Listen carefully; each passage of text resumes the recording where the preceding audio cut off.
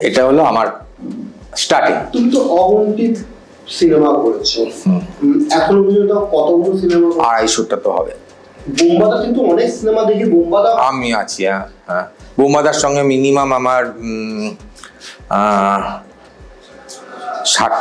58 থেকে 60টা ছবি হবে।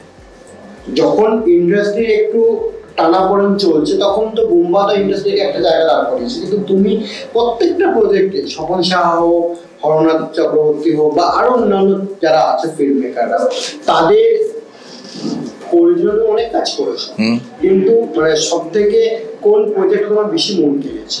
কোন প্রজেক্টটা মানে অভিনয়ে, মানে কোন সিনেমাটা বেশি মন কেড়েছে? এই যে তোমার ওই আমি অভিনয় করে, তুমি অভিনয় করে, এরকম তো অনেক সিনেমায় আসার পর, ফিল্ম ইন্ডাস্ট্রিতে আসার পর আমি মোটামুটি অনেকগুলো কাজই করছিলাম।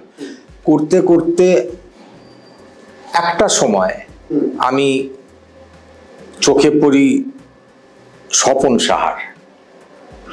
ঠিক আছে, তো আমার সঙ্গে, উনি আমাকে চিনতেন, আমিও ওনাকে চিনতাম। কোনো কারণে ওনার সঙ্গে আমার কাজ হয়নি।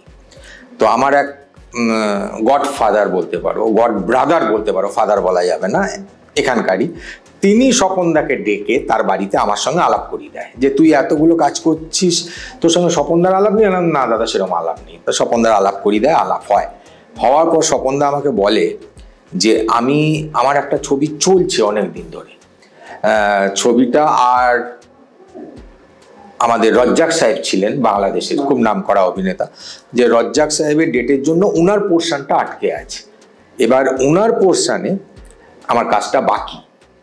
তো উনি একটা ডন ওই ছবিতে, তো উনার একদম ডান হাত একটা ক্যারেক্টার আছে রফিক, কিন্তু খুব বেশি দিন ক্যারেক্টারটা যাবে না, 2-3 দিন কি এরকম যেতে পারে ক্যারেক্টারটা, তুমি কি করবে?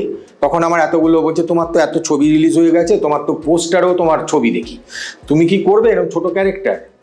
আমি একদিনের চরিত্র হলেও করব, কারণ আমি যেসব ছবি করেছি ঠিক আছে, সবাই ভালো, সবাই নমস্য, বাট আমি স্বপন সাহার কাজ করব। স্বপন সাহা তখন ঊর্ধ্ব গগনে, এটা আমার কাছে বিশাল বড় পাওয়া, তখন আমি করব। তা আমি করতে নামলাম। প্রথম দিন আমার রচনা, রাজ্জাক সাহেব, এদের সবার সাথে কাজ ছিল, কোর্ট সিন ছিল। তারপরে বেরিয়ে রাজ্জাক সাহেবের সঙ্গে কথাবার্তা বলে আমরা গাড়িতে করে বেরিয়ে যাচ্ছি। এই ছবিটা যখন করতে শুরু করলাম, 3 দিন তো চলে গেল। 12-13 দিনের মাথায় আমি স্বপনদাকে জিজ্ঞেস করলাম, দাদা 3 দিন তো হয়ে গেছে, আর কি লাগবে? বললো আর 2 দিন লাগবে। হ্যাঁ, 15 দিন হয়েছে। আমি তখন আর বেশি ঘাটাইনি, আমি তো তখন নতুন। এটা করতে করতে আমায় বললো যে